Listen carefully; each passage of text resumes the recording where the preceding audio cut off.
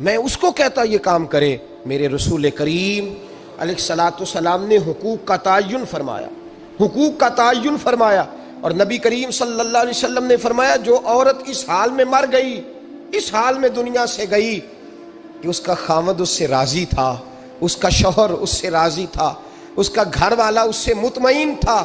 تو میرے نبی پاک فرماتے ہیں جب دنیا سے جائے گی تو رب کریم جنت کا دروازہ کھول کے فوراً ہی جنت میں داخل فرما دے گا،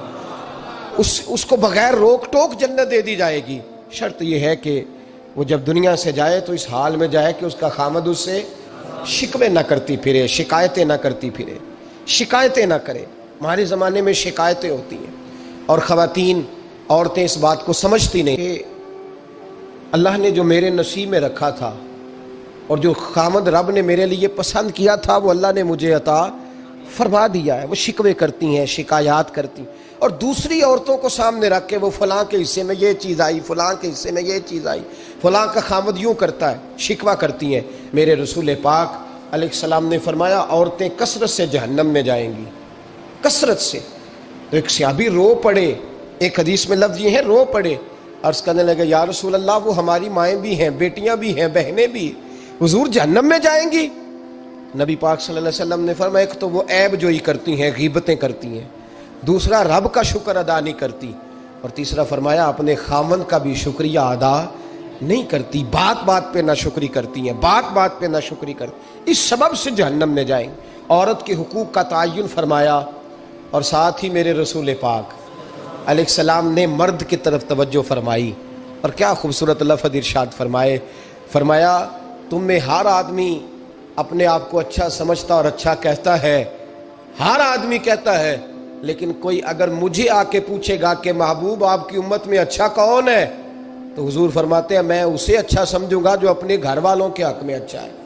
جو اپنی بیوی خیرکم لأہلہ، تم میں سے بہترین وہ ہے جو اپنے گھر والوں کے لیے اچھا ہے، اور فرمایا جاؤ میرے گھر جا کے پوچھ لو وانا خیرکم لأہلی، میں تم سب سے زیادہ بڑھ کر اپنے گھر والوں کے لیے اچھا ہوں، تم میں بہترین وہ ہے جو اپنے گھر والوں کے لیے، بال بچوں کے لیے، بیوی کے لیے اچھا ہے۔ رسول کریم علیہ الصلوۃ والسلام نے خامند کو حکم دیا اور ارشاد فرمایا کہ عورت ٹیڑھی لکڑی ہے، بیچاری کو اللہ نے عقل پوری نہیں دی۔ ایک بچہ چھوٹا ہوتا ہے، ہمیں پتہ ہوتا ہے کہ اس کا شعور پورا نہیں،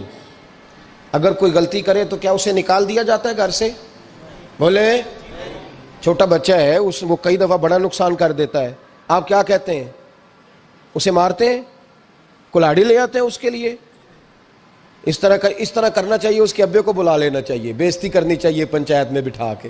کہ یہ غلطی کی ہے تیرے بچے نے۔ بھائی دادا یہ کام کرتا ہے؟ بولے نا، کیوں نہیں کرتا؟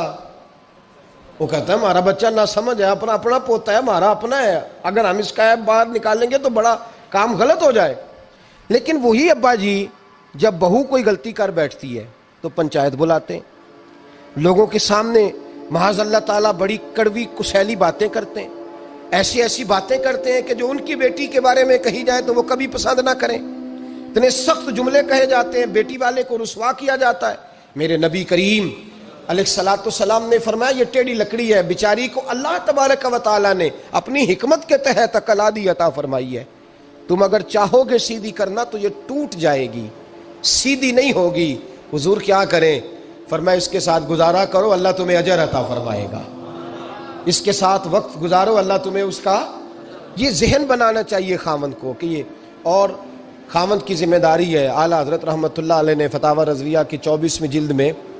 بالتفصیل لکھا ہے، آپ فرماتے ہیں خاوند کی ذمہ داری ہے عورت کو کپڑا فراہم کرنا،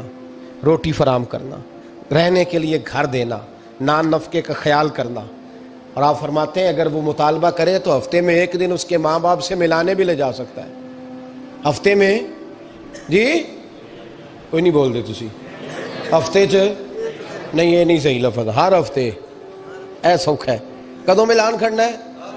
پاویں نہ بولو، گل جڑی سچی ہو تے سچی ہے، ملان کدوں لے جانا ہے؟ اچھا اپنی اماں نو روز ملتا ہے سویرے شام،